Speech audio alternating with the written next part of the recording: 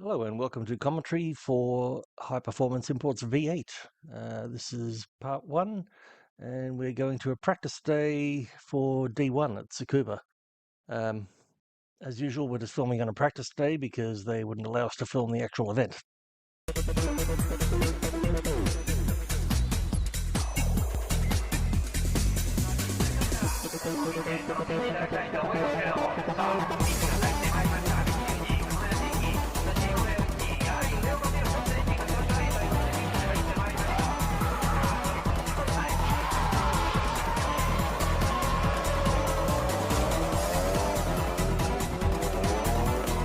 So I'm sure a lot of people watching don't need to be told, but that's Miki in the gold S15, Kazama in the green one, and Imamura in the RX-7. He actually won the championship in 2003.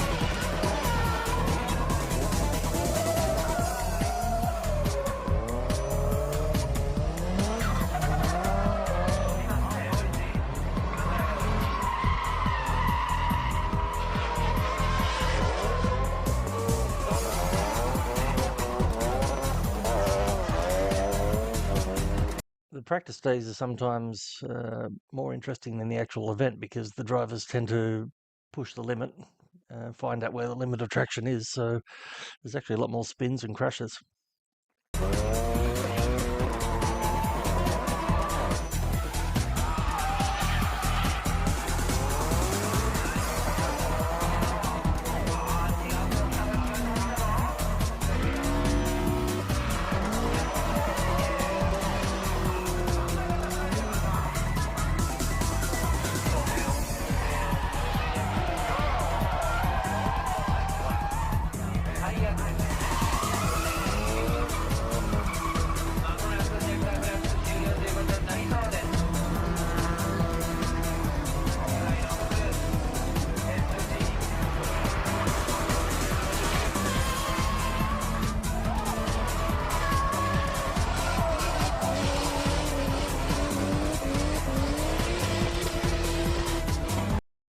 And obviously it was Nomikin in the R34.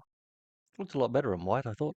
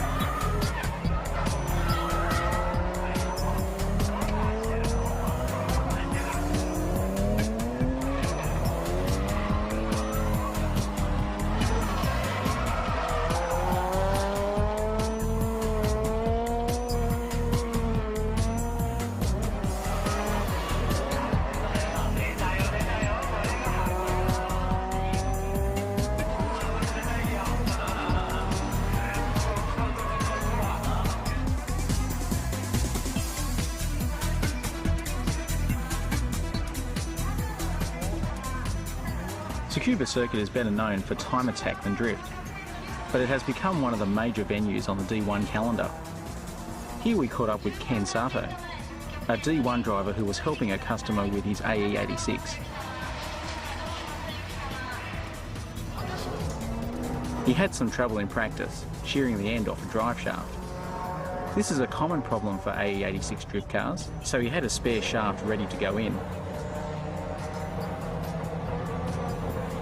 The diff in the back of an 86 isn't really designed for the sort of torque that this car was producing. This car is set up to compete at the D1 level with an SR20 turbo engine conversion. The engine has all the usual light tune parts, such as a Z32 airflow meter and bolt-on turbo upgrade. The intercooler is mounted flat, with the radiator laid back on an angle underneath. This V-mount layout was inspired by the Japanese GT cars. The car has been lightened too, with race seats, a full cage and IKEA Formula gear shift. An RPEX rev speed meter and boost controller replace the normal instruments. Not that you have time to look at them when drifting.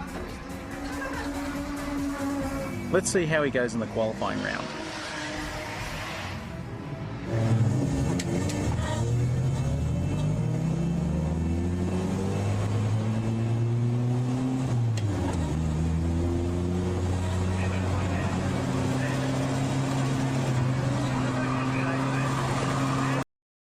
Then, if I recall correctly, they didn't have any sort of junior series for D1, so you actually had loads and loads of cars came up for the qualifying.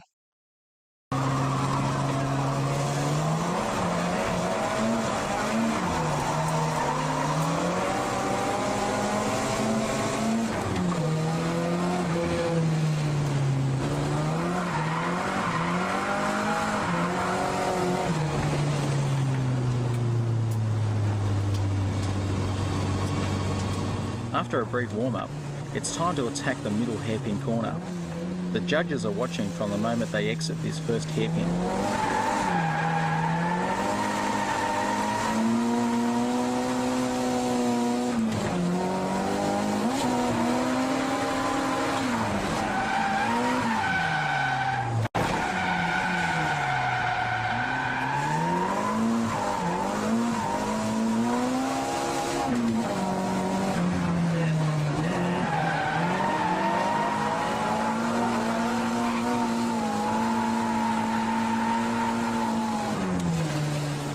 Not a bad effort, but it wasn't enough to make the cut for this event.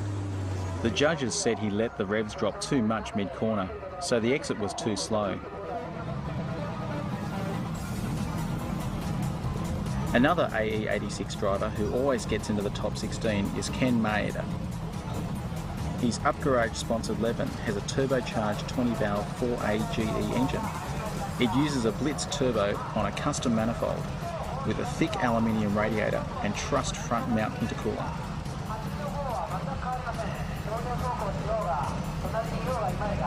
Our friend Ken Sato asked if we could put the HPI camera in his car.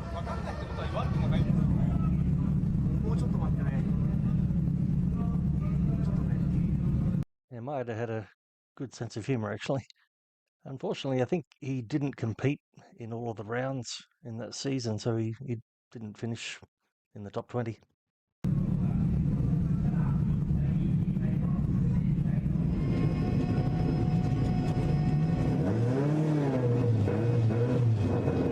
Maeda is a great character, who always has time to wave to his friends.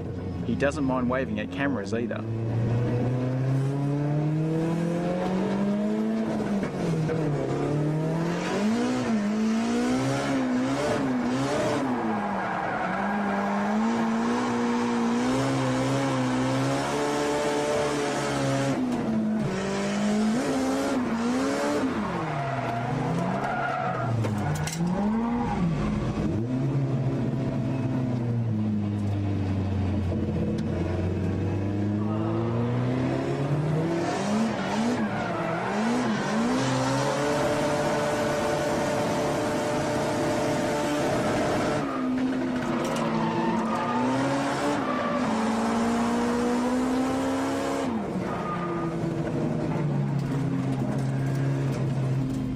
Now for the first judge lap.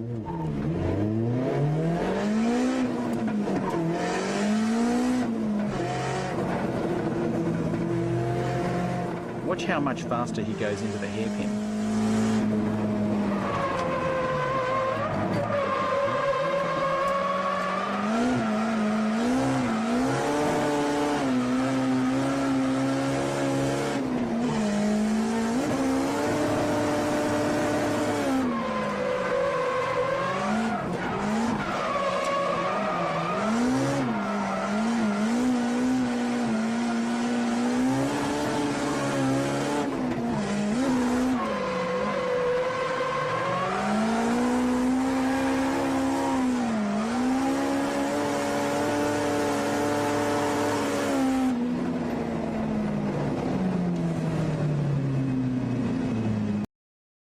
Seems like the gearing wasn't really ideal for that track. He's spending an awful lot of time on the rev limiter. A lot of the less powerful A86s really struggle there because they can't carry very much speed through that hairpin, and then on the exit they just haven't got enough power to keep the thing drifting. With a perfect pass in the bag, Ken decides to run wide and wave to the judges.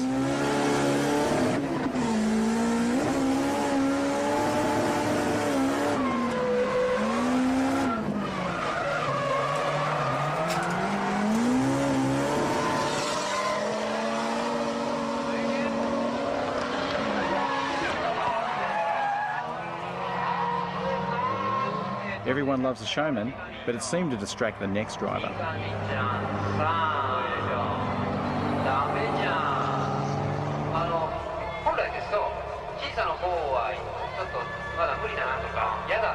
Front spoilers are always fitted loosely, so the panels aren't damaged when this happens.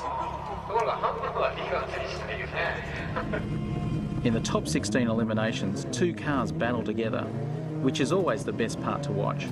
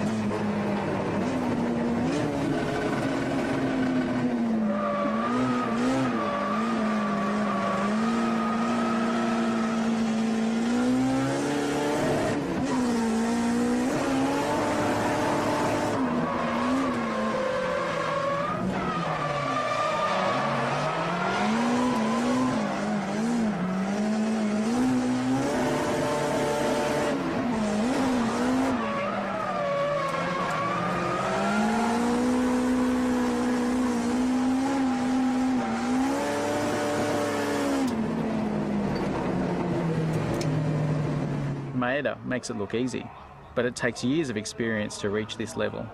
And you can't stop practicing because new drivers are always chasing the top 16.